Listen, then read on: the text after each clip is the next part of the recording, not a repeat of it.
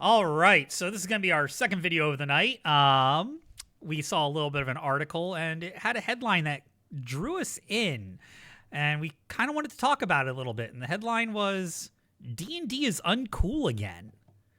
Um, Now, who said that, Eric? Who said it? Somebody that we don't like to talk about very often, and that would be Mike Mearls, because we could rant about Mike Mearls for hours, and we're not going to do that because that is just needless rage bait. So I'm just going to say Mike Mearls is a horrible piece of shit, and fuck him. And then focus on what's the article about from there on. So the premise of the article is that because there does not seem to be a lot of good reviews about the 5.5 stuff, the 2024 Player's Handbook and all of that, that for some reason D&D is just uncool again. It goes into some other details in the article. We'll link it in the doobly-doo. But the premise is that because people are not as hyped up about 5.5 as they were about most of 5th edition, and there's not a lot of third-party content coming out for 5.5, that it must be uncool again. And I don't agree with that statement. I don't agree that D&D is not cool anymore. I agree that there seems to be a little bit of a disconnect with the Dungeons and Dragons community in 5.5, but I think that is a whole different conversation than D&D is not popular or not cool. That's fair. Because there's definitely a lack of excitement around 5th edition, and it's switched off to 5.5. And as somebody who's gone through a few different edition switches, this is nothing really different that I haven't seen before, to be honest with you. Like, this is kind of old hat for me. Well, first you have to look at it from the point that I don't think there was anybody in the 5e community clamoring for a new edition or updates to the rules. So when Dungeons and Dragons Wizards of the Coast announced that they were doing the next edition, also with the OGL crisis and all the other stuff that has come out with Wizards of the Coast, I feel like Wizards of the Coast has burnt a lot of trust in a lot of their trust. Their goodwill is gone. So third-party content creators don't want to create stuff for a 5.5 edition when they don't know for sure if Wizards is going to pull back on that OGL stuff. Keep putting out stuff for 5th edition, which everybody is still playing and not moving. And also the community, there's not really enough different in the new books to justify the price tag of the new books.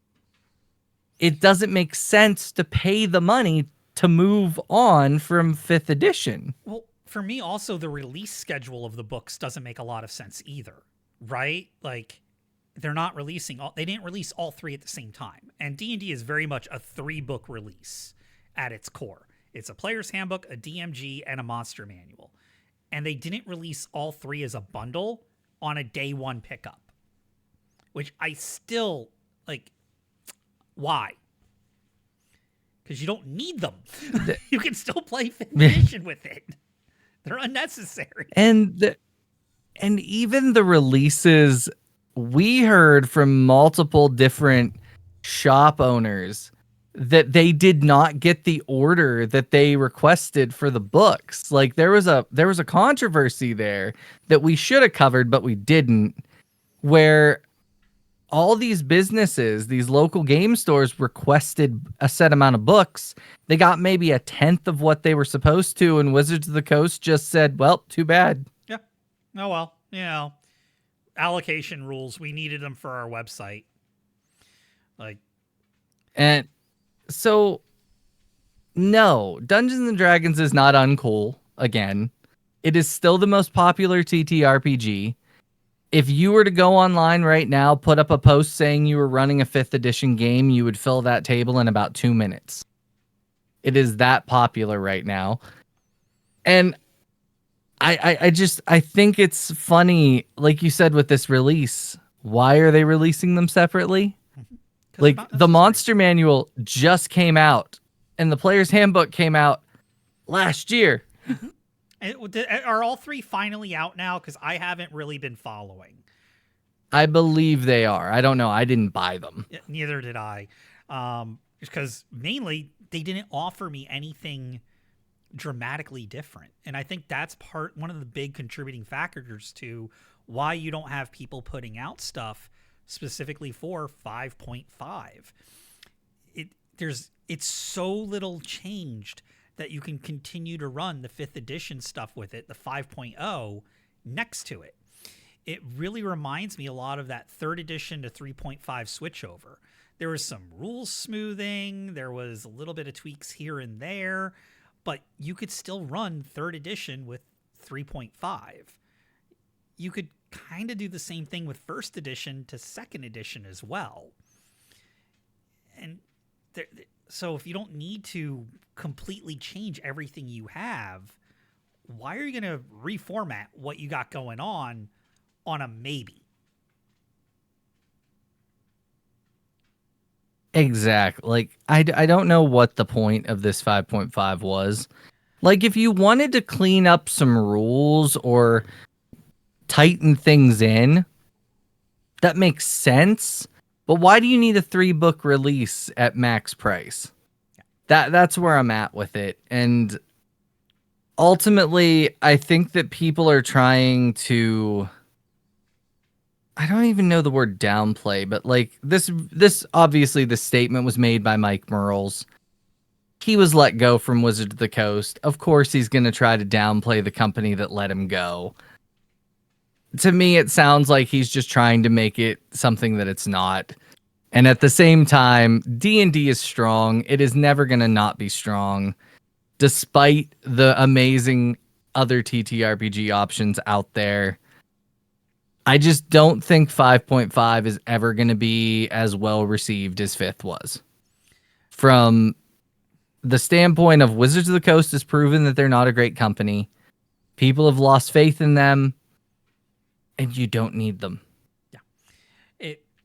If they were able to clean up their act long enough to get that groundswell of goodwill back from the community, where people would be excited to hear the name Wizards of the Coast in an article again and not be bracing for whatever fuckery was about to be unleashed in that article, I think that they'd be in a pretty good place, especially with a whole new rework of the rules, like a proper 6th edition. Goodwill, complete rework. They could capture a lot of that people putting third-party content out before the game's even fully on the shelves yet. We could see that again. But there's so much work Wizards of the Coast would need to do just on their own PR. It would have to be sustained. And honestly, I think you need a full rework of the rules, not just oh, by the way, we're getting rid of racial ability scores and we're going to shift them all to background ability scores now, which is honestly the same problem, problematically speaking. You're just saying now people in certain socioeconomical castes are pigeonholed into these attributes rather than putting it on the species. Like, they need a full rework of the rules. Well, I also think they're afraid to do a full rework because of what happened with 4th edition. Which is so silly, because if you look at 4th edition now, it actually has a lot of, like, after this fact, hindsight, people saying, hey, it was actually not that bad. It was actually pretty good. I missed this thing from 4th. This was a cool idea. Why did they ever get rid of this? That's a video for another time. But yeah, I think Wizards of the Coast is afraid if they go full tilt into a new system, it's going to be received like 4th edition was. And that's why they're trying this 5.5, when honestly, they could have just done a really good setting book, right? Like something that's not just 360-page booklets. They could have done something like, I don't have my Tolus book in here, but they could have done something like Tolus, which is a 1,000-page city setting. Like they could have done something different I or don't know, unique man. or helpful. 1,000 But pages, most D&D 5e. There's a lot of people in 5e that say they don't even read the books they got. 1,000-page book? That might be a bit of an ask. But I do agree with you on the setting thing, because they could have done something like tip back to the olden days where they put out a setting that has unique mechanics that work with the current rule set. So you have to interact with that setting in a unique way. Yeah. Planescape had that in second edition with how your spells functioned, depending on whether you were a prime material being, a planner, or and where you were in what plane of existence. Dragonlance originally had it with the influence of the moons. Spelljammer had a lot of other things that used to exist. Ravenloft had its pathway to becoming a Dark Lord. And there were all these things that those settings used to do. That if they brought it into 5th edition, it could make for a unique, interesting way to play the game again and draw more people in. Agreed. But anyway, yeah, D&D is not uncool now. I'm sorry, Mike Mearls, you're wrong. You're just bitter because they finally let you go when they should have let you go like 5 or 6 years ago when you doxed abuse victims to their abuser and didn't lose your job. Anyway, I'm Steve. That's Eric. That's us talking about an interesting article we had. If you like these kind of videos, please like, share, and subscribe, and we'll see you in the next video.